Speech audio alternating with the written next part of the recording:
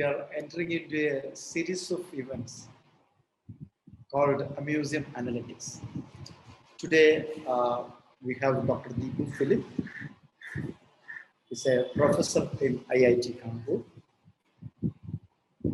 And he's going to discuss or analyze the COVID-19 data that has been going on from various parts of India and the world and Kerala. Dr. Deepu Philip is a professor in Industrial and Management Engineering, IME Department of IIT Kanpur. He is also a faculty of the design program and heads the Smart Systems and Operations Laboratory, SSOL, of IIT Kanpur.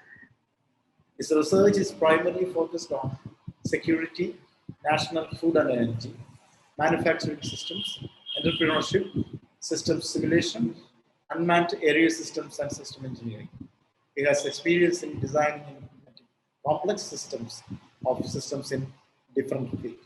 Welcome, Dr. Deepu. Let us listen to Deepu about how the COVID data could be analyzed during these days. Thank you. Thank you, Dr. Ajit. So I will start the slide share from here and let's see how this works out.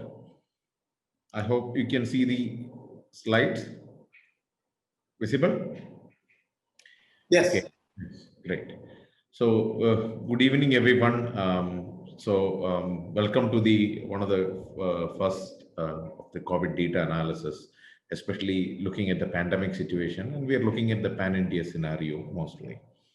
And these are like a beginning, and then as we progress in this, we will get into more and more details and what is the fun in analyzing the data. So it's an interesting study. So we'll break this presentation into four major parts. Mostly is like the first part is assumptions, and then about what is the present status that's going on in India, and we'll compare major states and what is going on there.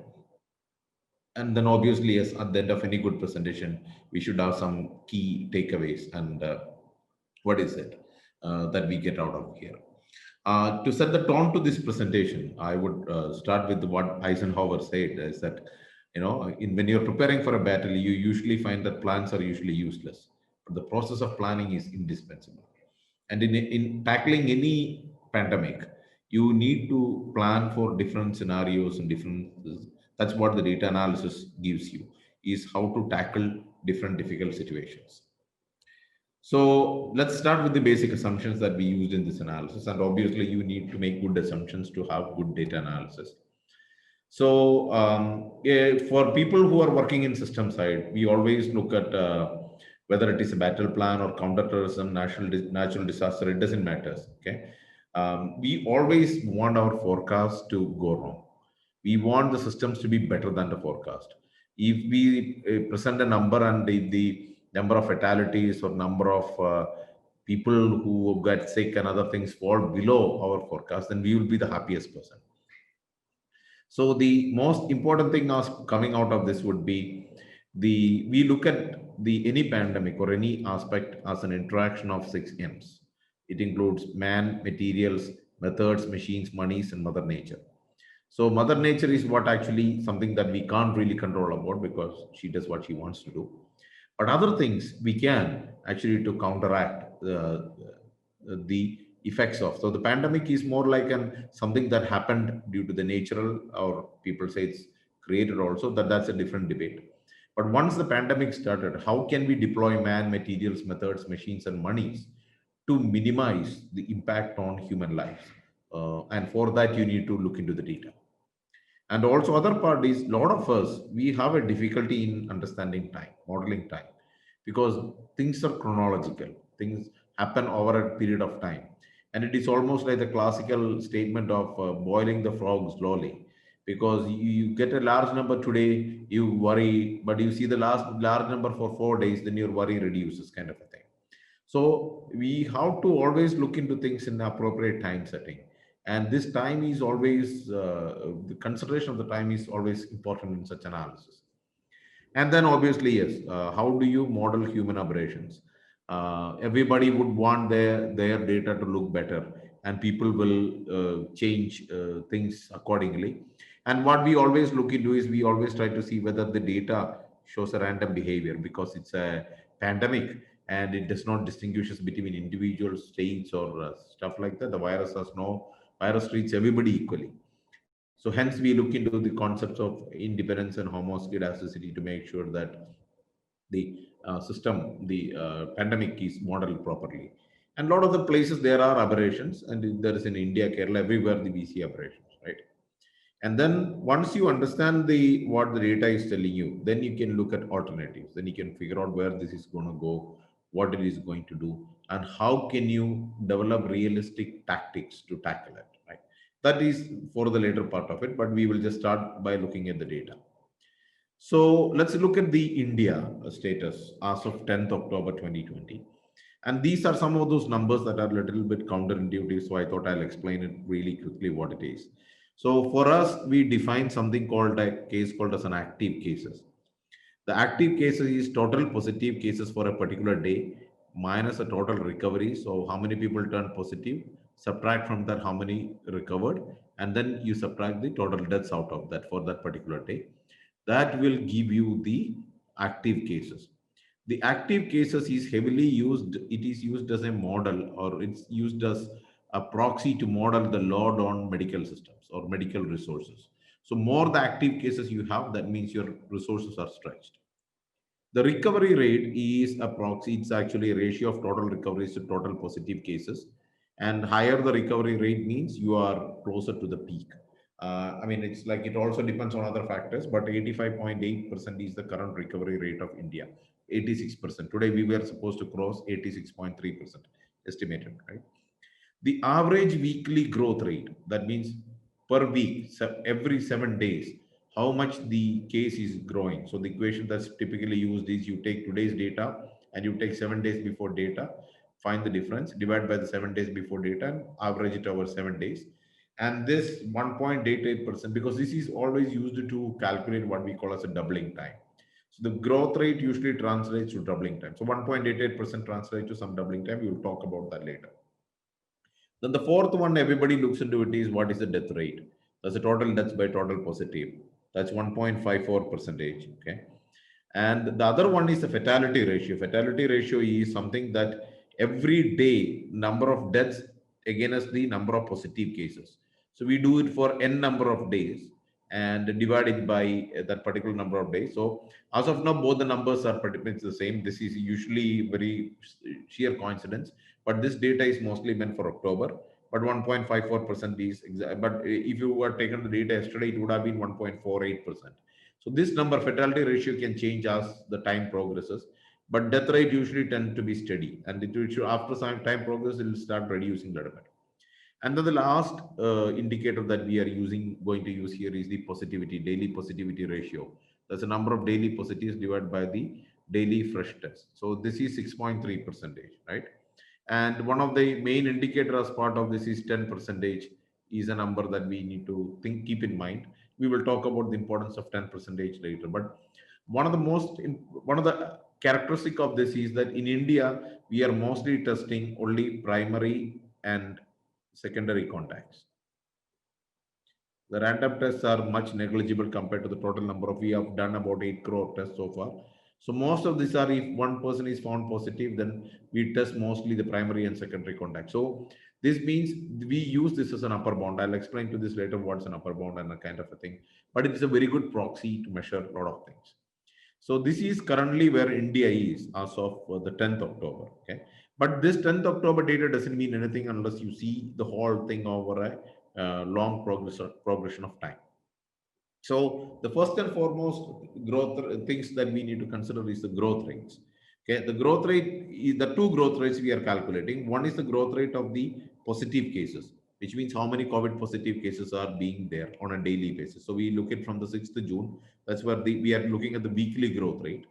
So you can see that the blue line is the positive cases. Blue line represents the growth rate of the positive cases, and the brown line represents the growth rate of the negative cases or recoveries, right? The most important thing that you need to remember is as long this dotted lines is the trend lines. Okay, this is the trend line of, this is the trend. trend line of recoveries, and this is the trend of growth rate, positive cases, right?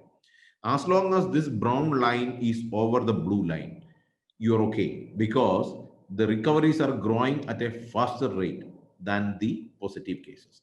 So we always calculate recovery rates of both. We also, there's no point in calculating the recovery rate, growth rate of positive cases. We also need to calculate the growth rate of recoveries as well. So if you look in the look at 6th June data, the positive cases grow at a 3.49 percentage, whereas recoveries were growing at 3.75 percentage. But the positive cases by that time was pretty large, so hence the numbers appear to be large. If you look at 10th October, the positive cases are growing at a negative rate, minus 1.17. That means we are actually reducing. The number of positive cases are reducing as days progresses, whereas the recoveries is growing at 1.18 percentage. So that means more and more people are getting recovered. So if you look at the overall percentage from June till today, then you can see that why we are taking June is because June is when we started seeing actually larger numbers. 2.78 percentage is the growth rate of the recoveries, whereas only 1.88 percentage is the growth rate of the positive cases. So as long as this growth rate stays above the growth rate of the positive, the recoveries are growing faster, we will see the peak and we will get over it, right? So this is one good aspect of it. The second major aspect that we need to talk about, I talked about the positivity ratio. So you can see from 30th May onwards, if you start looking into it, our positivity ratio has been around 6 and 8 percentage here. Then it slowly climbed all the way to 15.7 percentage, somewhere around about the middle of 18th, 20th of July. This is where the climb happened. And then we slowly reduced, and now we are close to 6.3 percentage. So this is where we are now. The 10 percentage mark, this 10% mark, is something that is important to us because even the WHO guideline says that if the positivity ratio is below 10%, then it is kind of said that the spread of the disease in the society or the community is controlled to some extent. So the 10% is kind of the magic number that they use, but that also includes a lot more into what you call random testing and other kind of things. In India, we don't do that much of random testing. The random testing percentage of random tests are much, much lesser compared to the total test. So we mostly do primary and secondary tests. Hence, the positivity ratio of India is an upper bound. Upper bound means you cannot really do worse than this. That is the one way you can think about it, right? So if you basically say that the positivity rate is 10%, which means if you test 100 people, which are primary and secondary contacts of an individual who has turned COVID positive in India, you will probably find 10 of them becoming COVID positive. So, whereas the international norms is you take 100 people randomly and it should be 10%. Since we don't do that much of random tests, so this is really, really an upper bound. So at 30th May, it was about 6.7%, as you can see here. But the number of tests was only 1.25 lakh tests per day. So on 30th May, we did 1.25 lakh tests. 23rd July, I take it as an example because that's a very large, 13.7 was a larger number. And we did only 3.52 lakh tests that day, right? But in 10th October, we are looking at 6.3 percentage positivity ratio. But yesterday, today's test is 11 lakh tests today. So that means we have increased the number of tests, but our positivity ratio did not increase with increase in the test. To some extent, it did. That is when the disease was going, peaking, growing. Now that this number of tests has increased, but the positivity has reduced, which means this is where the spread of the disease to have reached some control in majority parts of the country. So you can assume it that way, right? The overall value, if you take all of these things and averaged out, just as an indicator only, it's nothing, doesn't say much about it, but 8.7 percentage again a 6.17 lakh tests.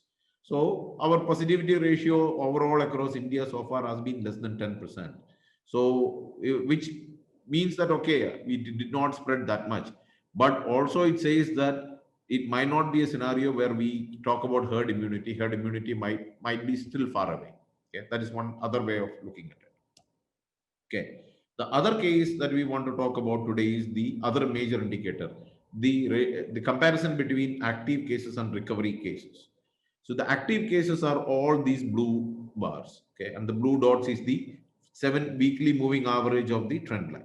Whereas these orange bars are all the recoveries, right? And the dotted orange dots represents the trend line, or this it's actually a 7-day moving average of both cases. Okay, moving average. We use moving average because it kind of gives you it kind of evens out a lot of those fluctuations, and it tells you nicely that so if the 7-day average is going below zero in active cases means you are actually discharging more people than actually coming into the system. That means your medical facilities. So from this point onwards, you can say that the stress on the medical facility has reduced, right? So this is where the stress in the medical facility is reducing. All these places you are adding to the stress. All these areas gets, stress is added because you need more beds, more human beings, more oxygen, more medicines, everything resources you require more. Okay. So an example is 30th May we had 3,856 active cases. That means positive active cases means we are adding to the patient pool. Okay, so more people are getting into the hospital. On 10th September, we had 24,000, which was one of the largest days of active cases, which is somewhere here. We can see that the 10th September number right here. 24,612 active cases were added to the kitty. And then by the time we reach 21st September, this big jump downwards, minus 28,000. That means 28,000 people were discharged more than the number of people who made into the system. So as of 10th October, the number is 10 minus 10,268 active cases. So today, as of now, the discharges stands at 10,000 people more have been discharged than the number of people who have been positive. So if you think about it, 18 September is the time period where which actually we started seeing the reverse in the trend. And from that time onwards, the average is this one, minus 6,100 negative active cases, which means on a daily basis, we are on an average seeing 6,000 cases being reduced from the total pool of active cases that we had. So this gives you now looking at the timeline on the 1st of June, if you think about it, our positivity was at 6.5%. We were growing at 3.5%, okay, which is a big, heavy growth rate. And fatality ratio at that time was 2.5%. That means we were seeing more deaths at that time period. That is because the people were not ready. The practitioners, medical practitioners, were not getting familiarized with the disease. They're getting used to it. Facilities were not there. Oxygen facilities were not there. ICU beds were not sufficient. So capacity was getting built. So hence, that might be one reason why we start seeing the fatality ratio to be high at that time. If you look at the 1st of August at that time period, the positivity has increased drastically to 11.8%. So the growth has happened. The spread in the community has happened. Growth rate also increased slightly, but the fatality ratio has come down by that time.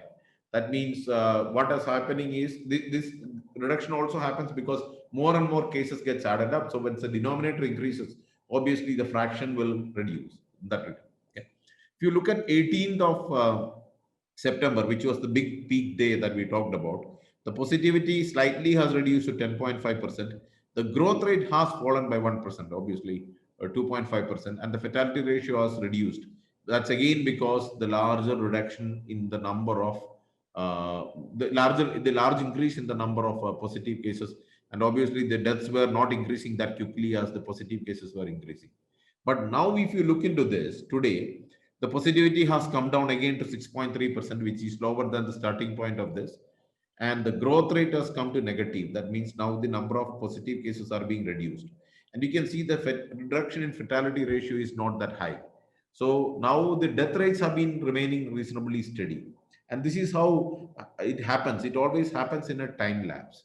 It doesn't. So if 100 people get admitted today, people think that, okay, 200 people got discharged tomorrow. That means that much resources might be freed out. It need not be true, because that person sometimes might require the medical facilities for 8 to 10 days. So the person who got admitted today will continue to probably use the facilities for 8 to 10 days.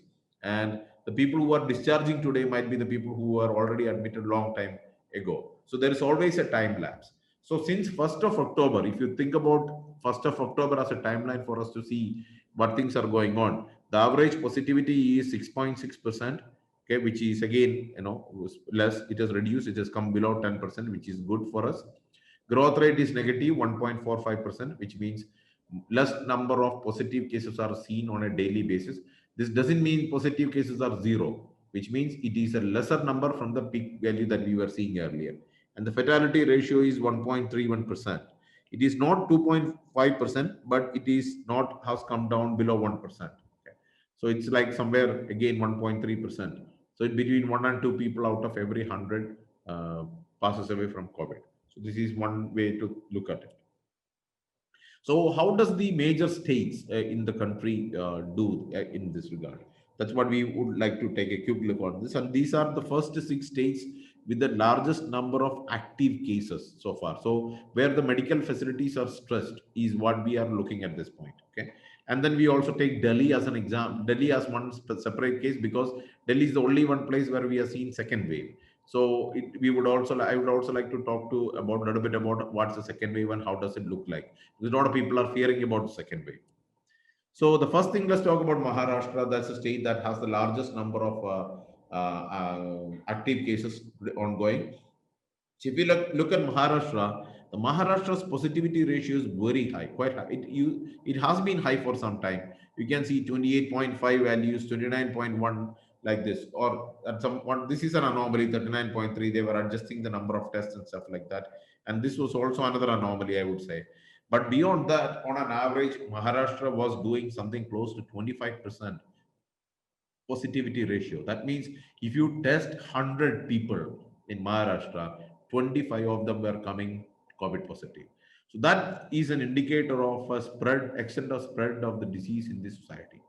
Now it has come down to 14.6%, which is a considerable reduction. It has reduced approximately by 10%. You can think about it that way. So this orange bars denotes the number of tests done on a daily basis. Okay, you can see that Maharashtra has slowly ramped up the number of tests. They started at about less than 20,000 tests, and now they are doing something close to 90,000 tests on a daily basis. 80 to 90. This is the gap. So you use for this bar, you use this axis. This particular axis is what actually counted on this.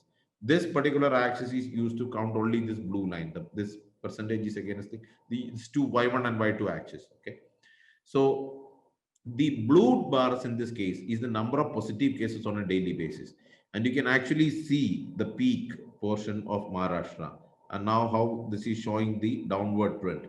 It is actually reducing. The number of positive cases on a daily basis is reducing. This is why I've been telling to you about the reduction in growth rate, why the growth rate becomes negative compared to these large values. It is reducing. So that's what it means. It means it's not zero. It is the numbers are reduced. So the good part is that the positivity has reduced. That is the major thing about it. And positive cases show downward trend. So these are comforting information coming out of Maharashtra, right? So the question is the worst over for Maharashtra?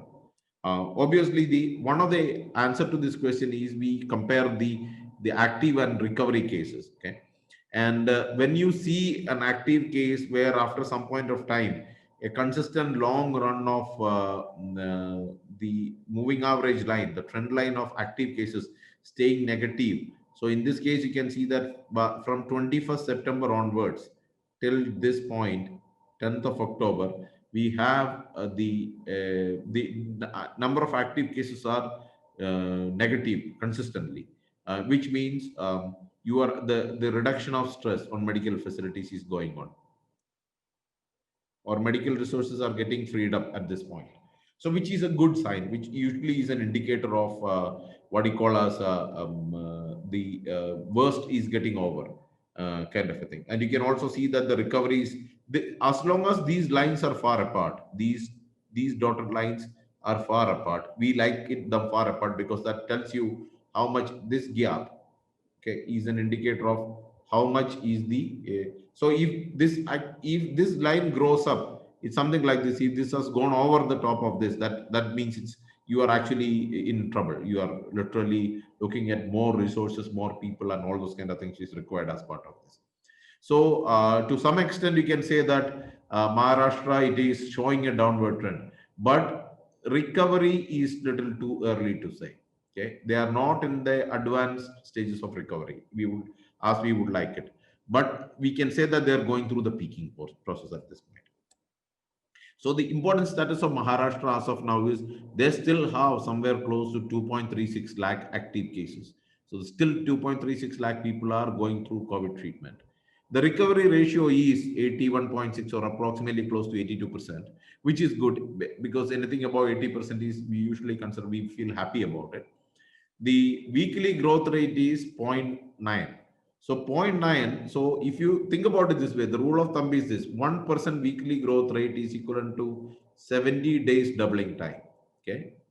So this is the one way to think about it. So you are, in this case, it's about approximately about 77 days of doubling time, which means if you have X number today, it will take 77 days in Maharashtra to get it to 2X at the current rate that it's going. So, which is very good because the bigger the doubling time, that means the people, more and more people will get cured and slowly the disease will go away. So the key number that we look for here is 28 days. Okay, 28 days is something that we know that in all possibilities, anybody who has a exposure to COVID, they can turn positive. So if the growth rate is way beyond 28 days, then that's a good thing for us because we can always be happy about it. And we know that the cases won't grow that uncontrollably. The thing that bothers the death rate of Maharashtra is 2.6%, which is one of the highest that we see in India so far. And to a large extent, that's also because of the rapid explosion that happened there. Whenever the medical facilities were stressed, especially in Mumbai, Pune, and all those kind of things, that has contributed to large number of deaths. That's one aspect of it. And the fatality ratio is below the death rate. That means now with the lesser stress on the medical facilities, you will actually see this fatality ratio further coming down. This is a fluctuating number, whereas this is reasonably get steady over a long period of time, right? The worst part is this positivity ratio. It is still above 10%, okay, which is something that is not very comfortable for us. We would really like this number to fall below 10% to be confident saying that the extent of spread of the disease in the society has reduced. So there is still Maharashtra has ways to go because of this high positivity ratio. Now let's talk about the second state, Karnataka, which has the second largest number of active cases in the country. And this is the same similar graph that we drew earlier. The highest values you can see is much lesser compared to, at least 10% less than what we saw in the case of Maharashtra. So 18.9 was the largest value we observed somewhere. You can see that the positivity ratio of Karnataka has come close to 10%. Now it is nearing 10%, around 10%. Okay. That's what is going on. So that means to some extent, the extent of spread in the community, the extent of the pandemic spread in the community has to some extent reduced. And you can also see that recently Karnataka is doing more than 1 lakh tests. So this is that 1 lakh tests per day. Okay, so they are doing a pretty good job in this regard. I mean, not excellent job, but reasonably okay. But this number of tests came in quite late, in my opinion, and hence that's one of the reasons why you can see that Karnataka has these small humps in its data, right? So sometimes it gives you the impression that it is going, but then it pops up again. So had the number of tests been much more higher earlier, then we could have isolated much more sources. So every state uses different strategies. This is also one other way of looking at the strategies that is being used, right? So these blue lines, as we said, these are the number of positive cases, and it is, you can say that Karnataka is going through a plateau phase now. It's not still into recovery yet, quite evident from the data, and you can see that this trend line of active cases, it has come below this is zero, so it has gone into the negativity and is now gone up positively. This usually is seen in many places when you actually look at pandemics or natural phenomena. You will see such kind of a phenomena called bouncing. So you'll see the average going like this, going, coming down, going up, and then going down like this. So this kind of attenuation is seen quite well in many of the scenarios. If you take this as time, and this is the moving average kind of a thing.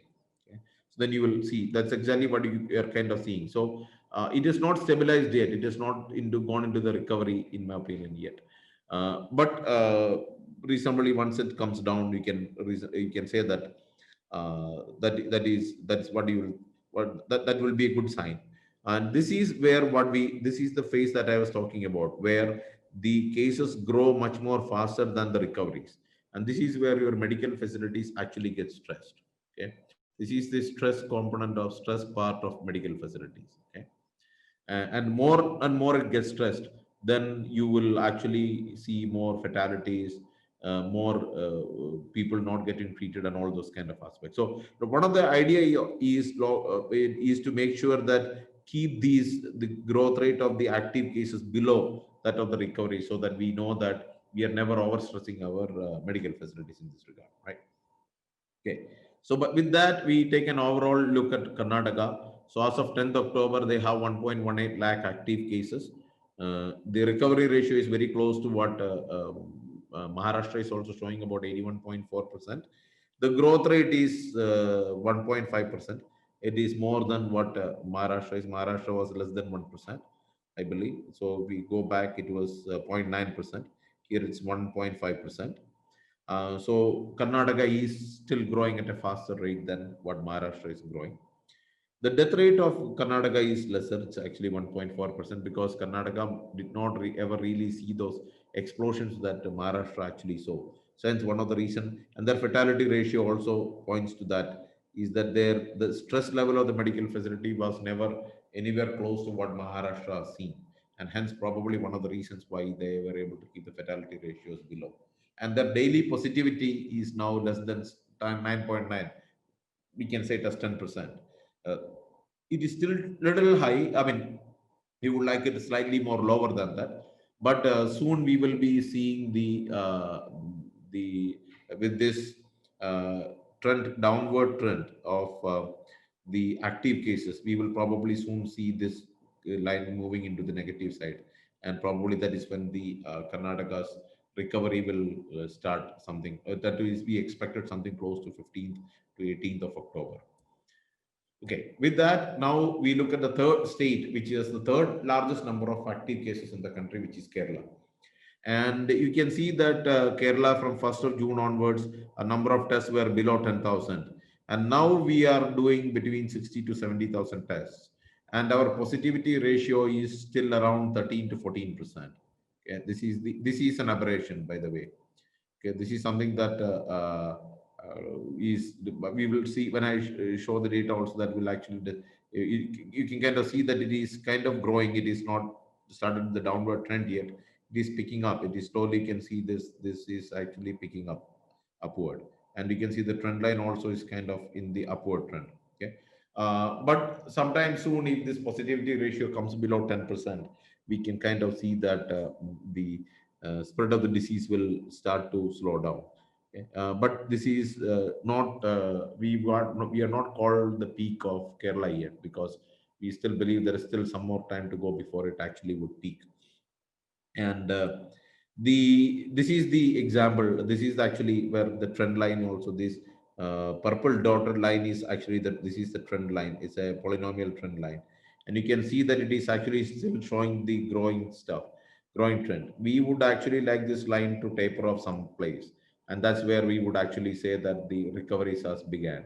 And yes, the good part is that this blue dotted lines, as this is where we had a small stress component of the medical facilities, where larger number of cases were coming in, but now they have bifurcated, gone down, right? But still we are above 2000. So the number of average active cases per day is more than 2000, and we are not seeing too many negative numbers yet. So we are not gone over the peak yet, as of now. Okay. So the number of active cases today in as of 10th October in Kerala is of 91,756. The recovery ratio is low, 65.4%. It is unlike the 80s that we saw in the other cases. If we are still so that is usually common when you are actually growing, when you're going through the growth phases. And the growth rate, the weekly average growth rate is 3.3%. Okay, so 3.3% is usually giving. So if you look at it, if you have a growth rate of 2.5%, that's a doubling time of 28 days.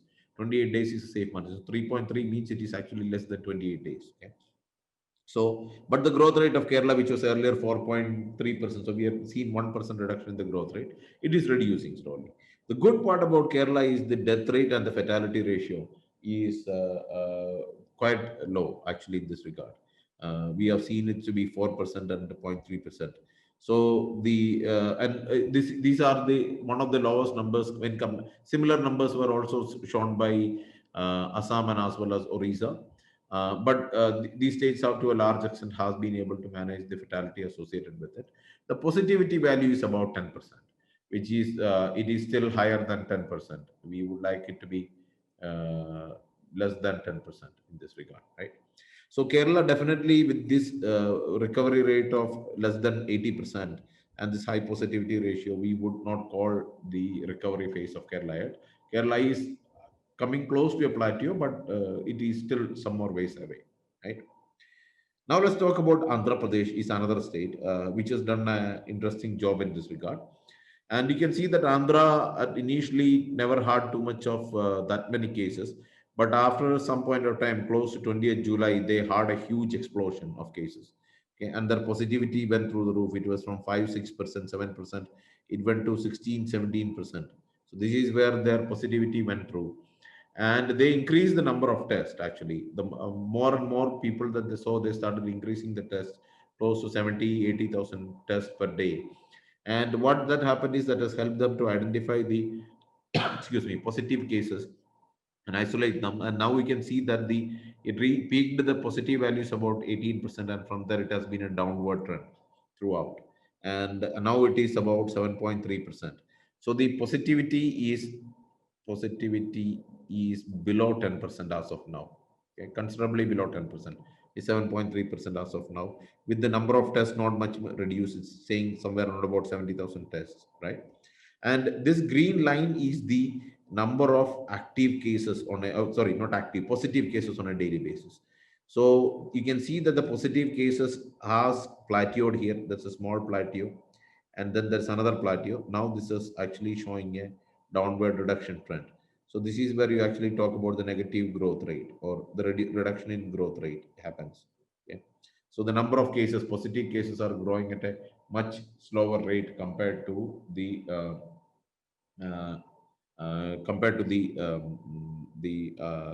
other cases, right?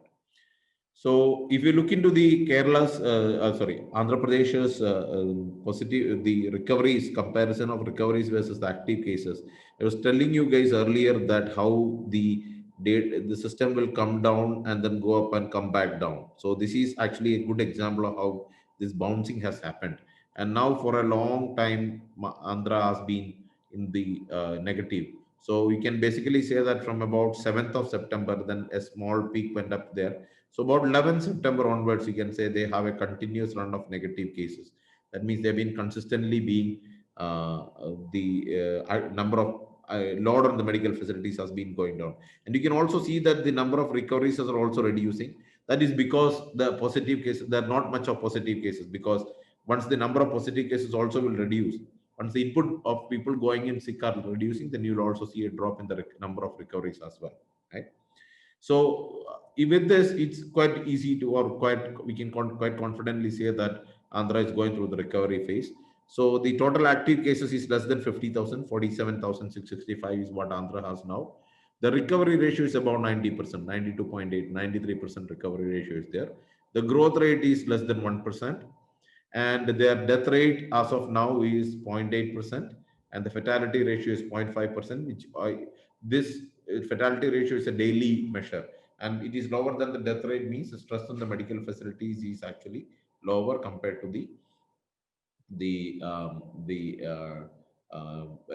so this, if this is, let's say, 1.5%, that means the system is also stressed at this point. So that is one of the other way to look into it.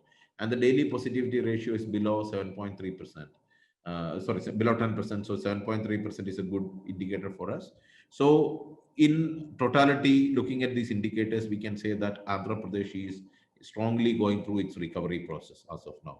So, and as on a daily basis, Andhra we will keep on seeing these numbers, active cases going down, and that is a good indicator that the system is getting through. They are recovering out of their first wave of the COVID. So another example is Tamil Nadu, and Tamil Nadu and UP, two examples that I would like to bring forward as a strategy that they have followed. And this strategy has worked reasonably well for them. You can see that the Tamil Nadu's positivity rate has remained pretty much steady below 10%. They have kind of kept it, they tried their level best to keep it below 10%. So you can see that somewhere in the beginning of August, they made it below the 10% curve, and they made sure that it stayed below it. So what they did is they kept on increasing the number of tests to make sure that the positivity remains low. Or in another way, they were trying to do was they were trying to find out, test, identify, and isolate. That was their strategy. The isolation was mostly not in hospital, but it was uh, isolate.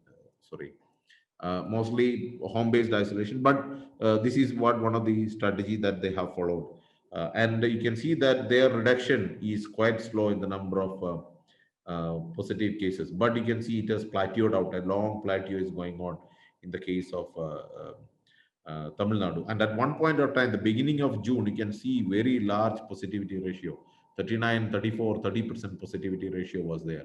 From there, they have brought it down to these levels, which is, I would say, it's a commendable job in this regard.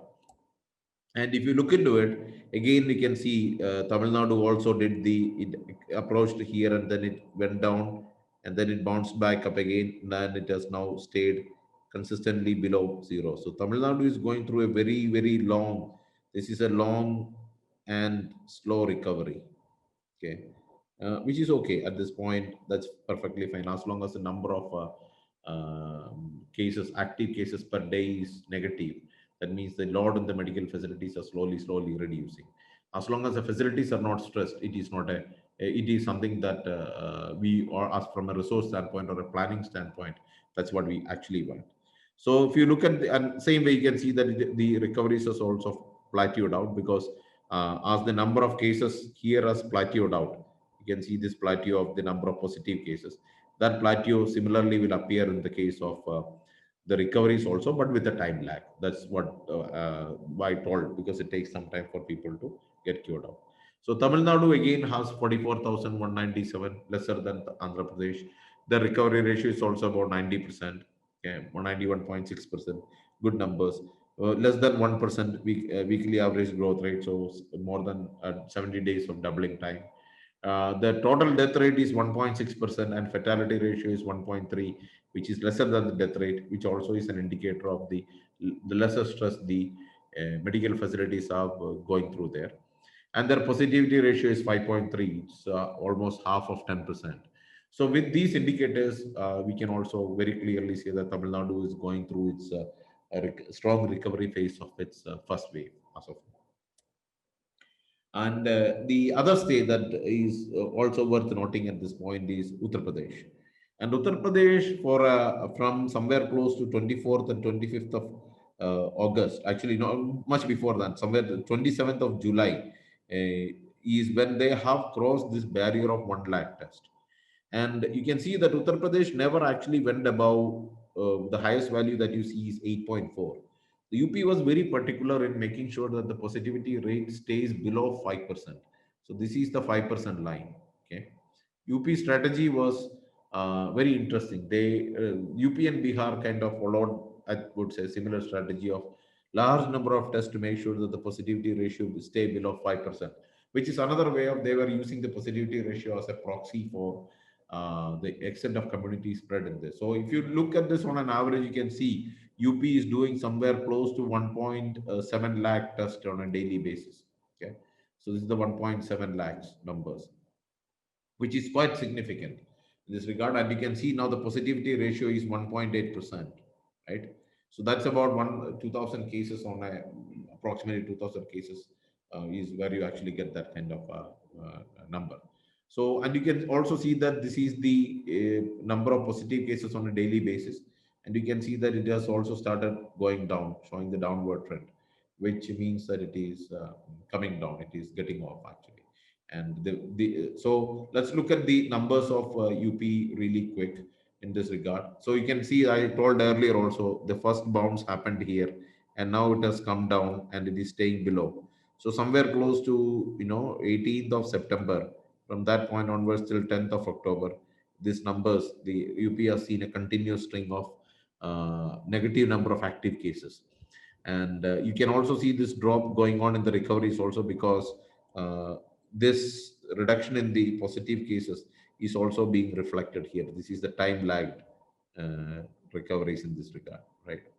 So the bounce and recover model is actually also quite true in the case of UP. And you can see somewhere here is where the stress component of the medical facilities were observed in that regard. So as of now, the active status of UP, the number of active cases is 41,287, less than 50,000. The recovery rate is 89%. And the growth rate is again less than 1%, 0.8%. And the death rate has been 1.5%. And we all know that UP initially, a lot of the people talk about UP as does not even having enough medical facilities. But also one should also understand from the UP as a different viewpoint is that it is the fifth most populous place in the world. So you can think about as India, China, US, and Indonesia having more population than UP. So with that large of a population, facilities obviously will become inadequate in this regard.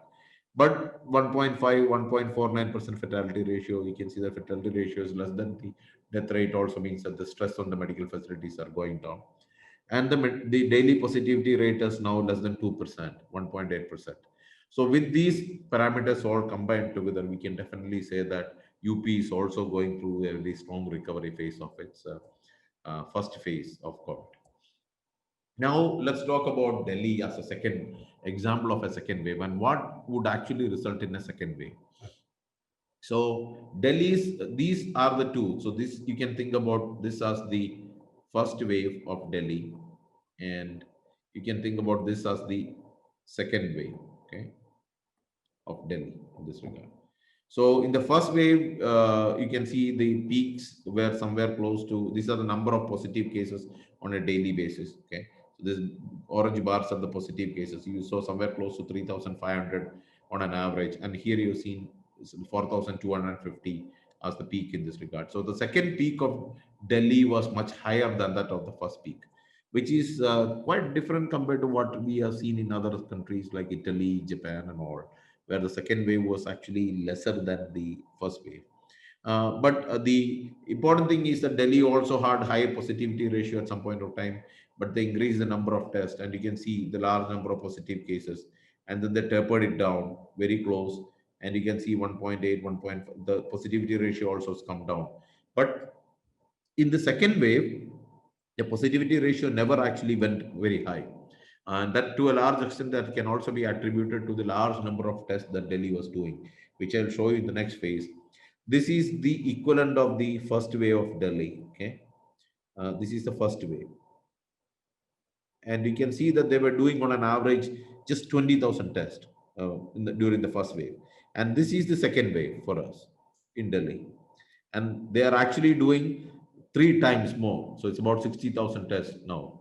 So the number of tests, to some extent, when people say more testing allows you to identify the source of infection and isolate them, that is to an extent you can actually see how the large number of testing or a significantly larger number of testing will help you to contain the spread of the disease. Okay, so you can see that now the positivity ratio is like less than 5%, and hence that's the one of the reasons why we can talk about this is where the first bounce back of Delhi, and so this is our first phase, first wave, and then it picked up again and but went down. So this is the second wave,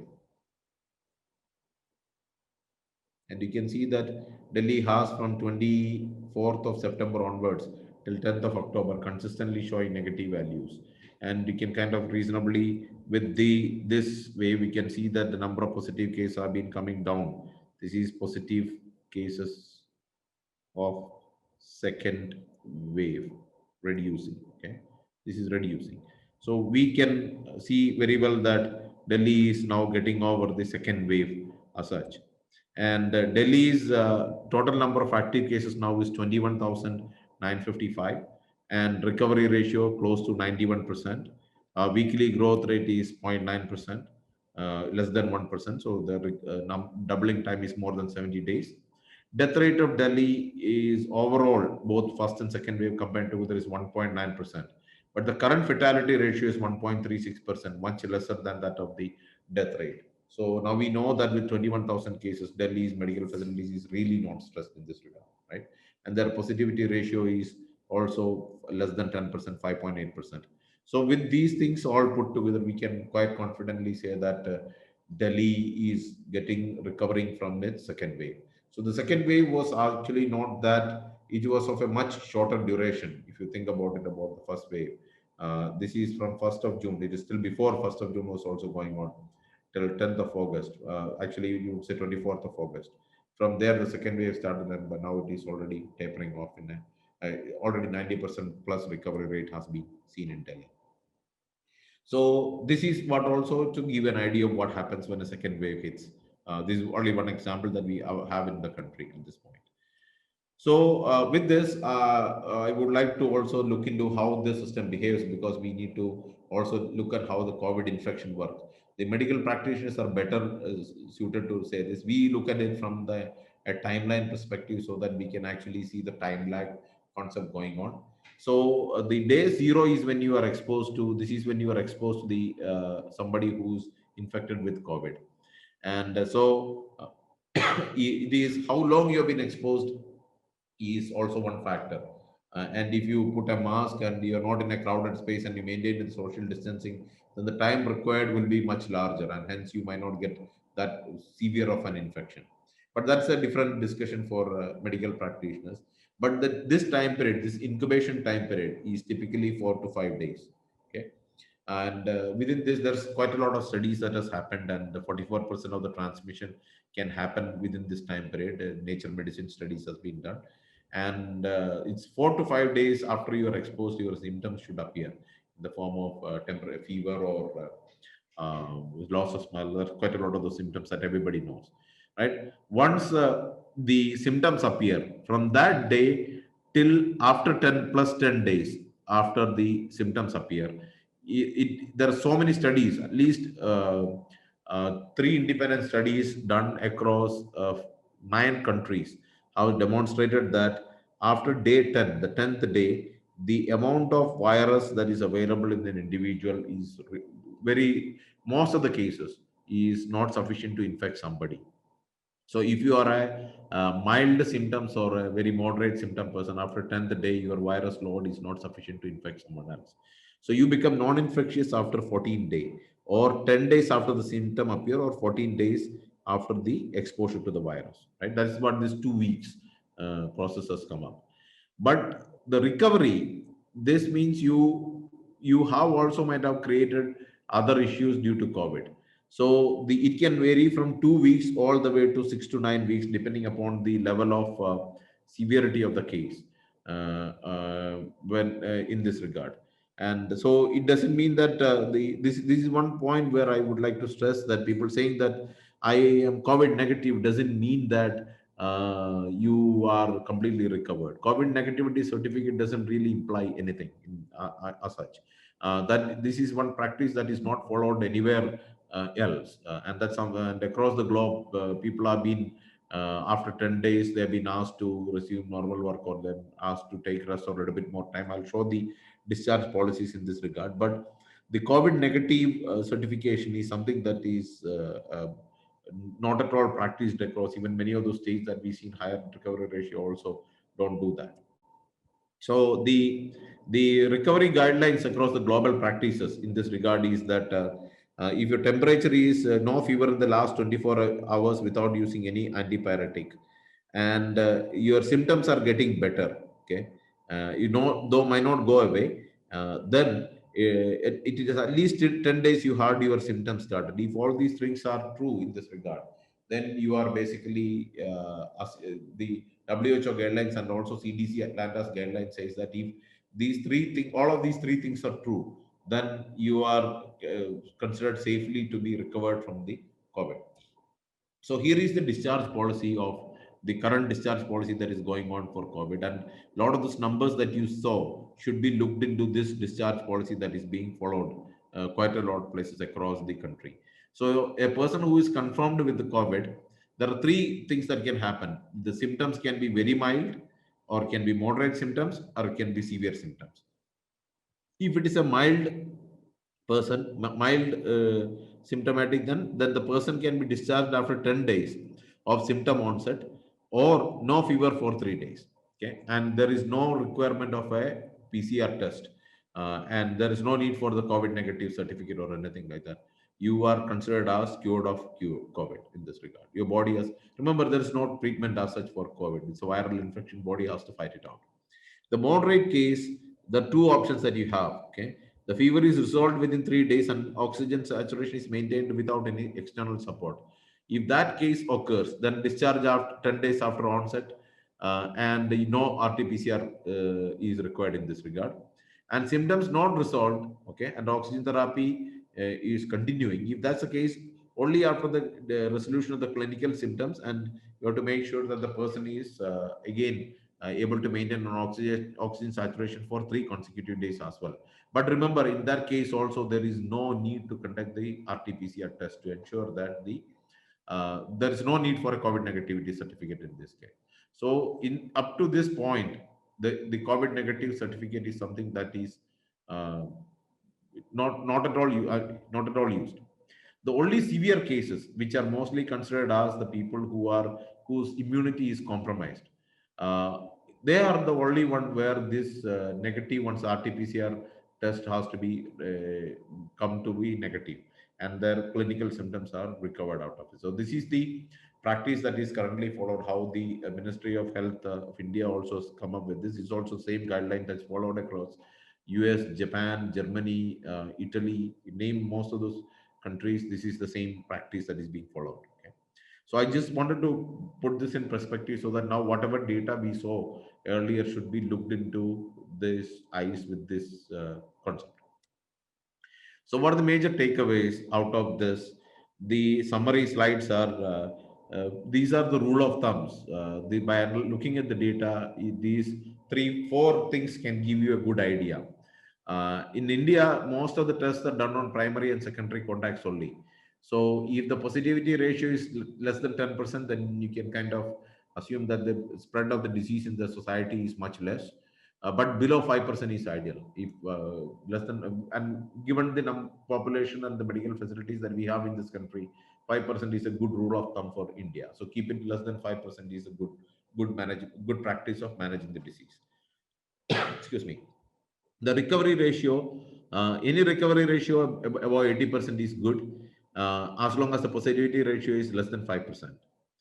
But if the positivity ratio is above 5%, I mean 5 to 10%, then 86 or higher recovery ratio is desired.